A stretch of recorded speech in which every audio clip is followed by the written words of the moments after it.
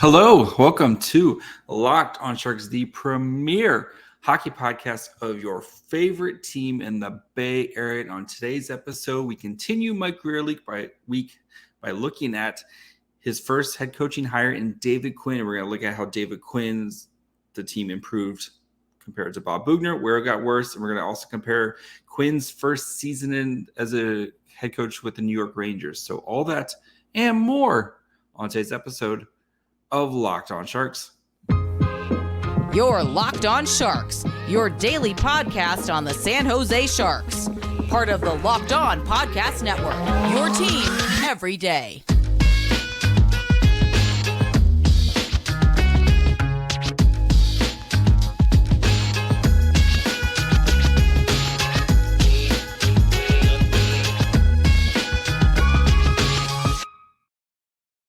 I'm your host, JD Young, contributor at San Jose Hockey Now, and I want to thank you for making Locked on Sharks your first listen. You can follow or subscribe for free wherever you get podcasts as we cover your team every day. And like I said, on today's episode, we're going to be digging into David Quinn. So kind of compare Quinn's first season and how the underlying numbers should have been produce a much better team than what we saw this year.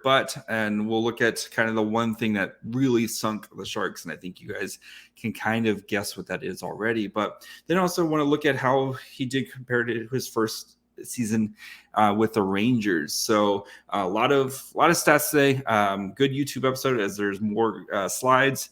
I don't know if you guys like the slides or not, but I figure if I'm doing the research for them, I might as well make them look pretty for you guys. So let's get into it. So, of course, the San Jose Sharks finished 22-44-16 for 60 points. They had 44 players played at least one game this season. They had 233 goals for, which was 25th in the league, and 315 goals against, which was 30th in the league. The power play was at 18.4%, which is 25th, and the penalty kill ended at 82.4, which is 18th. On the offensive side, the 2022-2023 offense, this is all 5v5 numbers, as we're going to be looking at 5v5 numbers because most of the game is played at 5-on-5. Corsi 4, so the shot attempts 4. 48.60%, 21st in the league. Shots per game, these are actual shots on goal, 23.3, 22nd in the league. Shooting percentage, 8.78, 14th in the league. Expected goals for 2.29, 8th in the league. So they did a good job of actually producing expected goals, but at some point they have to turn into real goals. Expected goals for percentage, 50.50%, 17th. They actually produced more expected goals than they gave or expected to give up. Scoring chances, 25.7th. 6th in the league. High danger chances, 11.42 per, and these are per game, for these ones here. So 25.7 per game. Expected goals for that is 6th in the NHL. High dangers, 11.42 per game. They created 11.42 high danger chances per game, 4th in the NHL. High danger shooting percentage, 15.42%, 27th. Right there, you can see the Sharks did a great job of creating a bunch of great chances, which lends you to believe that is it the system, and then you don't have some of the highest talent outside of guys like Hurdle and Meyer, et cetera, et cetera. That's where, so they did a great job of creating high danger chances. They just couldn't capitalize on them for the most part. So interesting to see there where they rank among some of the top, teams in the league when it comes to actually creating chances. They just could not capitalize on them. Defensively, Corsi allowed 47.95 per game. So they gave up nearly 48 shots a game, 23rd shot attempts per game at 5-on-5. Shots allowed, 25.1. Actual shots that got in was 20. Shots on goal was 25th in the league. Goals allowed per game, 2.68. 30th in the NHL per game. Expected goals against 2.25, 25th. Scoring chances, they gave up 24.96 per game, 26th, and high danger chances, they gave up 9.95, so 19. So they gave up their fair share of goals and shots, all that fun stuff. But the high danger chances, they were more average-ish and creating, kind of saving those or kind of limiting those. And shot attempts, they were kind of average-ish as well, at least in getting close to average. Mediocre we'll go with at that. But they unfortunately, as we've talked about all season with them, was anything that could go wrong went wrong with them. So this is where things went wrong. Save percentage for the Sharks goalies this year at 5v5, 89.32%, the worst, dead last. If you want to point to a reason why the Sharks season failed, this is what happened. They could not make a save when they needed to. High danger save percentage for the Sharks this year, 79.82, 31st in the league. Now you wonder, like, you look, for the most part, I mean, the Sharks are a great outlier, but teams that create high danger chances, they tend to score more goals and they tend to win. Teams that have higher high danger save percentages, again, kind of the same correlate. If you're able to stop those, you tend to win more games. So they were 31st in high danger save percentage. Kaapo Kähkönen, his goal saved above expected was negative 15.4, 103rd out of every goalie who played at least one game this season, 103. You may be asking how many goalies played a game this season.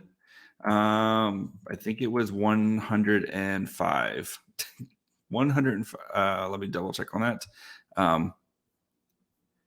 Sorry, 107. Put up the wrong.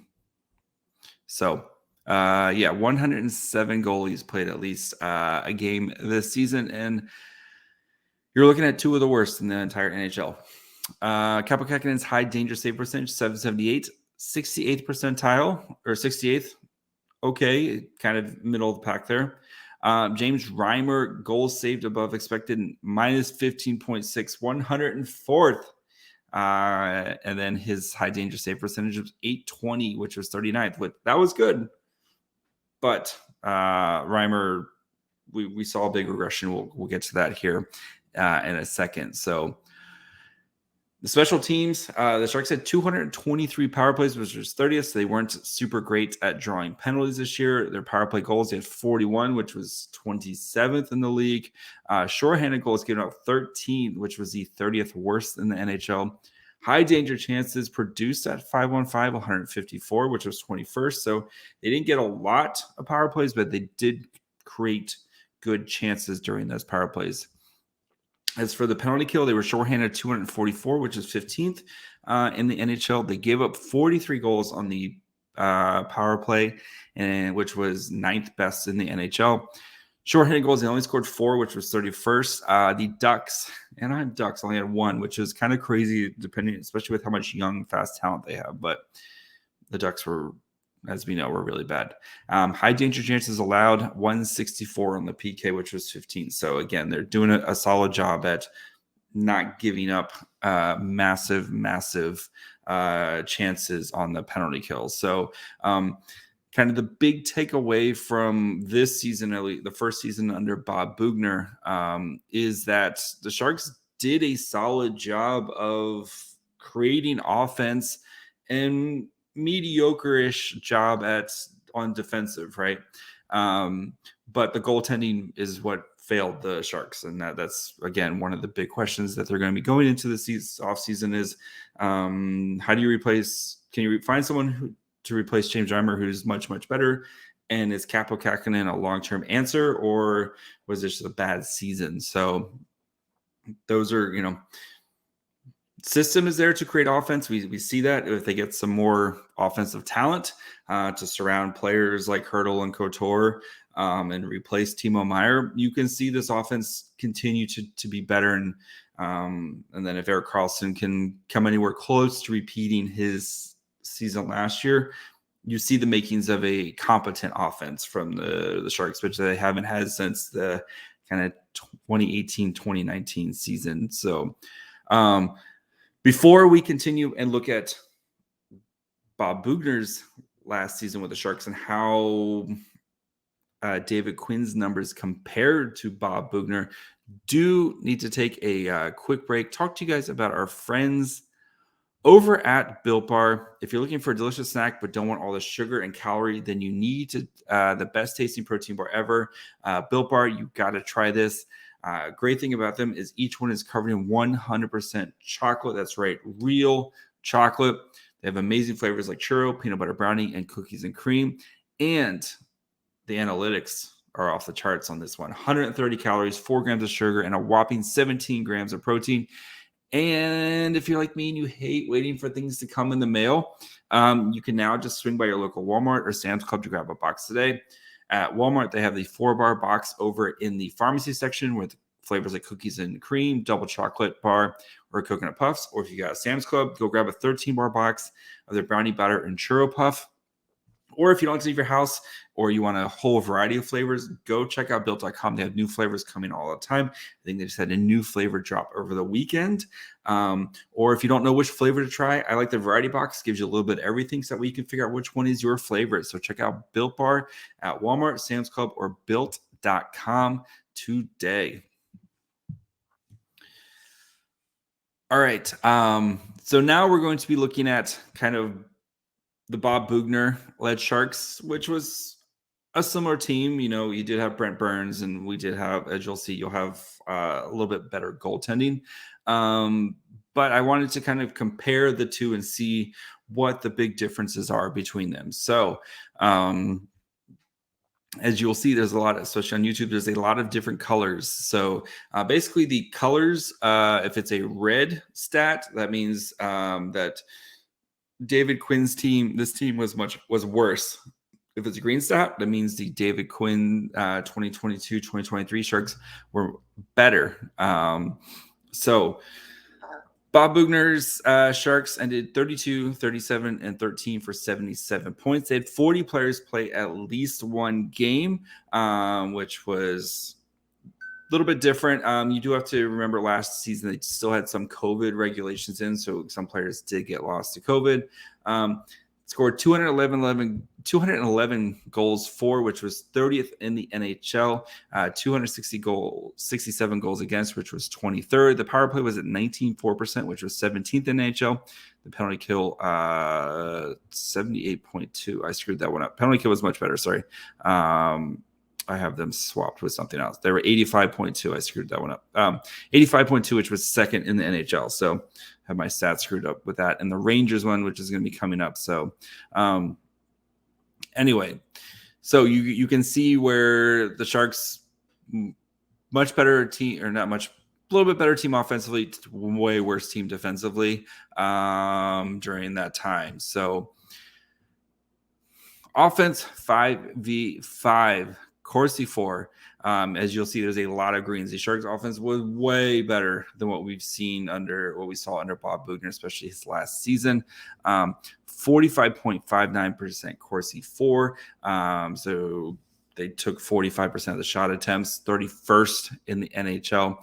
Shots per game, they had 22.8, which was 28th. Remember, Quinn was at 23.3. So not like a huge, but still a jump up. Shooting percentage was 7.59%, 30th in the NHL. Quinn was around 8.78, which is 14th. Expected goals for 1.96, 21st in the NHL. Quinn produced 2.29, so pretty close to half a goal more per game. Expected goals for 47.45. Again, the Sharks had 50.5% expected goals for. Scoring chances, the Sharks 23.4 compared to Quinn's 25.7. They basically almost 1.5 scoring chances more per game. High danger chances, 9.34 to Quinn's 11.42, over more high danger chances per game. High danger shooting, 15.04 compared to 15.42. So what did get a little bit better, but still not great numbers, especially compared to, how many opportunities they're getting. So the Sharks defensively, of course, they actually allowed more shot attempts last year, believe it or not, at 50.2 per game at 5-on-5. That was dead last. Shots allowed, 25.4, which was Sharks a little bit better, but basically the same. The ranking was better, but the actual raw number was better this season for the Sharks. Goals allowed, 2.18 compared to 2.68, so half a goal more allowed per game at 5-on-5. Expected goals against, 2.12, which is 22nd. Expected goals against last year, this year was 2.25, so a little bit difference there. Scoring chances, 24. They gave up 24.12 last season. This year, 24.96, so about half a scoring chance more, a little more than half. And then high danger, 9.24 last season compared to the 9.95. So about 0.75 more high danger chances this year at 5-on-5. So you can see the Sharks did a better job. So last year they gave up more shot attempts and shots, but they did a better job of kind of limiting those or kind of keeping them on the outside. So goaltending. This is the big one, right? So the save percentage last year was 91.4%, which is 21st. We talked about, if you remember, going into last season, if the Sharks could get mediocre-ish goaltending, which they did, they'd probably win a lot more games, which is a big reason why that Sharks team won more games than this Sharks team did. So high danger save percentage was 81.82, which is 22nd compared to the 79% this year. Aiden Hill, so Hill and Reimer got the most games last year, so I looked at their stats. Hill was a negative 0.4 goals saved above expected, so he was 57th, which was kind of about middle of the pack.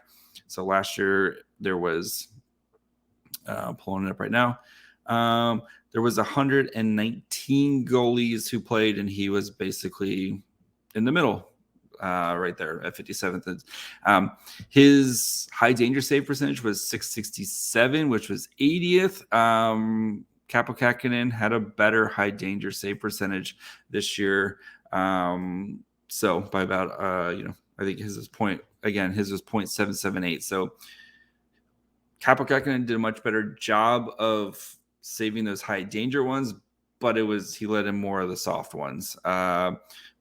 Hill did a better job of saving the soft ones, but let in more high danger opportunities. So that's why his goals saved above expected is much, much lower. If you're saving the high danger ones but letting in the soft ones, those are low expected goals. Anyway, Reimer last season finished at minus 3.2 goals saved above expected, which was 80th, a little below average. And then his high danger save percentage was 0.769. So he actually had a much better high danger save percentage this year. But I think, again, you had more, just kind of like I talked about, where I think the defense helped him out a little bit more last year.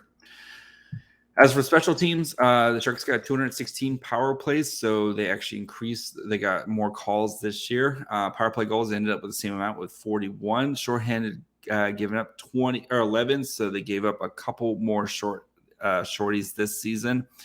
High danger chances, 115. So again, the Sharks they improved by a lot in that department, adding 40 more high danger chance opportunities on 7 more power plays. So Erik Karlsson, thank you very much. Last season, their shorthanded times, they were 223 compared to 244, so a little bit more disciplined last season. They did give up 33 power play goals to 43 this year. Also created 4 shorthanded goals, which is the same as last year. They just don't have a lot of speedy penalty kills. So high danger chances, they gave up 157 last year. So Yep. So, and that was compared to the 164. We know last year's special team power penalty kill was a much better unit than this year. So, I think the big things you can kind of take away is Quinn did a much better job of creating offense. I think Bob Boughner, he wanted to kind of play more tight to the vest type of game, kind of more low scoring games, but try to, if you're going to give up shots, give up low danger shots. And that's kind of where and the goalies just played better last year, right? They kind of bailed the Sharks out and won. I think they won more games for the Sharks last year than you saw this year. So I think that's kind of the big difference between the two. Is just, I think the goaltending was the huge issue for the Sharks, and they could not get saves when they needed saves. So you can see Quinn's much more offense, and he wants a much more kind of high dangers scoring chances type of game, and he's willing to kind of trade chances with you if they can ever figure out the goaltending. If you get an average to above average goaltender, you can see where things can kind of come together. So before we finish up and we kind of compare how Quinn did in his first season with the Rangers versus how Quinn did with his first season with the Sharks, do want to take a quick break, talk to you guys about our friends over at eBay Motors. So for a championship team, it's all about making sure every player is a perfect fit. It's the same when it comes to vehicle. Every part needs to fit just right. So the next time you need parts and accessories, head to eBay Motors. With eBay Guarantee Fit, you can be sure that every part you need fits the first time around, and just add your ride to the My Garage and look for the green check to make sure that your part will fit or your money back. Because just like in sports, confidence is the name of the game when you shop on eBay Motors. With over 122 million parts to choose from, you'll be back in the game in no time. After all, it's easy to bring home a win when the right parts are guaranteed. So get the right parts, the right fit, and the right prices on ebaymotors.com. Let's ride. eBay Guarantee Fit, only available to U.S. customers. Eligible items only. Exclusions apply.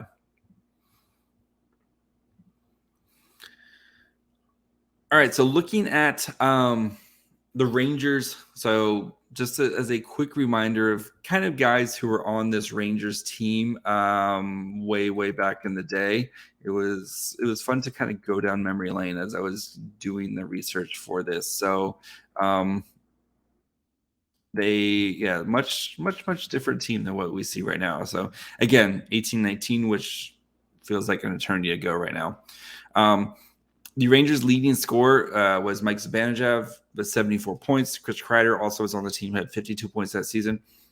Kevin Hayes, there's Matt Zuccarello, Jimmy Vesey. They also had like Anthony DeAngelo, Tony DeAngelo, Kevin Shattenkirk was on this team. Neil Pionk, Jesper Fast.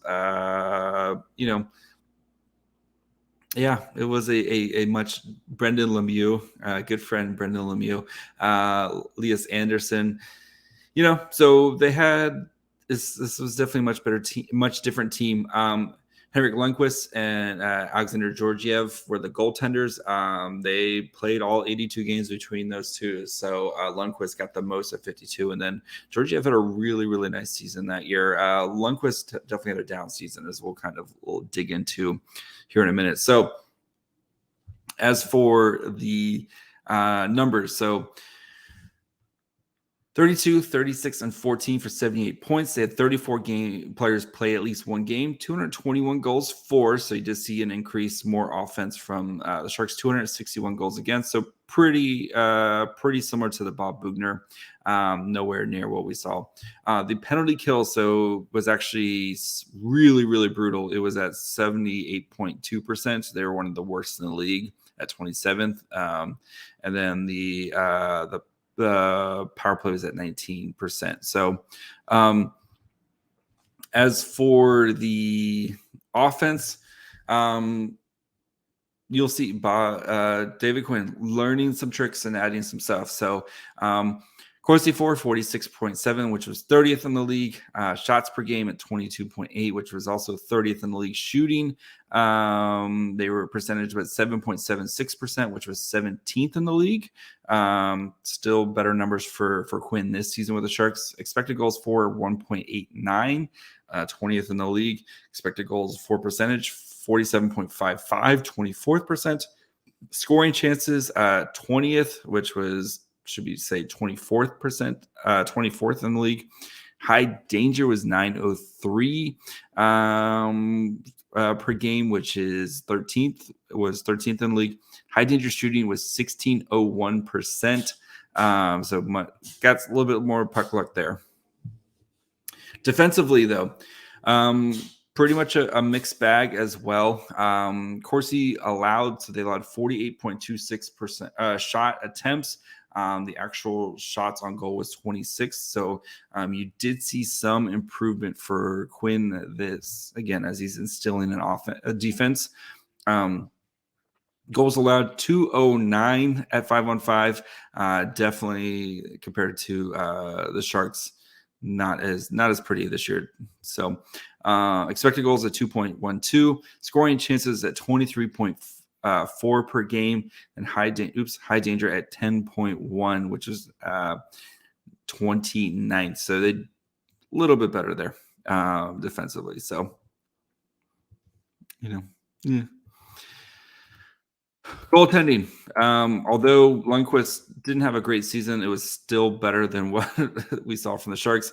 Georgiev, I think, really kind of helped 22-year-old Georgiev, man. 91.93% save percentage, 83.22. That was 16th in the NHL. 83.22 high danger save percentage, which was 11th in the NHL. Again, the Sharks' high danger save percentage this year was 79%, so it was 4 percentage points. Georgiev goal saved above expected was minus 3.7, which was 60th. Still better than one of the worst in the NHL this year. His high danger save percentage was 796, which was better than Kaapo Kähkönen's. Lundqvist's goal saved above expected was minus 4.8, which was 67th that year. Sorry, let me pull up how many goalies played. 18-19. It was only 93. And our good friend Martin Jones was brutal. So bad year from Lundqvist that season. So, and then 724 high danger save percentage from Lundqvist, which was 56th. Looking at the special teams, so power plays, we know power plays now. We're seeing this year, we definitely saw an increase in power plays, and we've kind of seen that more and more in the NHL. 227 power plays, which was 23rd. So they did a good job of drawing power plays. They had 44 power play goals, which is better than the Sharks' 41. They only gave up 4 shorthanded, which was 7th in the NHL. Produced 140 high danger chances, which this year's Sharks team did a better job of. And time shorthanded 266. So the Sharks team was much more was better at not taking penalties. They also, that power play, like that penalty kill was bad. They gave up 58 goals. They also did have 7 shorthanded goals, which was better. And the team also gave up 195 high danger chances. So what does this all mean? Again, you can see where kind of Quinn is learned from his, the special teams. I think there was a better infrastructure around the special teams with the Sharks this year. And so still needs to do some work on the power play. And we saw, especially if you remember when I did my way back when I did my David Quinn kind of introduction, you saw the power play really jump up that year too. We'll see if the Sharks can kind of make the same jump, especially if you have a guy like William Eklund who's playing more power play. And then William Eklund who can kind of help the power play, and maybe you can actually have some more bodies so it's not just power play 1 and then some other guys giving the power play 1 a chance. But you can kind of see where Quinn took the team this year. You had a much better offensive team, and the defense was pretty similar to the Bob Boughner one, but the goaltending really let them down this year. So, yeah. at least Quinn's offenses are more fun, and that's what we saw. I think that, this year was how many times that they, you weren't getting kind of blown out as many times as I think you did under the Bob Boughner. And this team could score some goals, especially after the first month of the season when they kind of had to figure things out under a new system. But you can see Quinn can provide some offense, and he did inject some offense into the Sharks. Just goaltending is the great equalizer of all. So that'll do it for today's episode. Thank you, especially to the everydayers who check us out every day. We'll be back tomorrow to finish up Mike Grier week and look at Mike Grier's first draft class and how they did this season. So, and we're going to kind of revisit the big trade, moving from 11 back to 27 and picking up Beasted.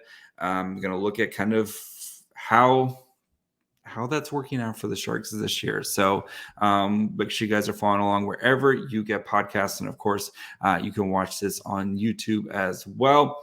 Again, we cover your team every day. What more could you want? So you can follow the show on Twitter, Facebook, Instagram at Locked On Sharks. You can follow me on Twitter at MyFryhole, and be back tomorrow to talk about some prospects. So until then, bye, friends.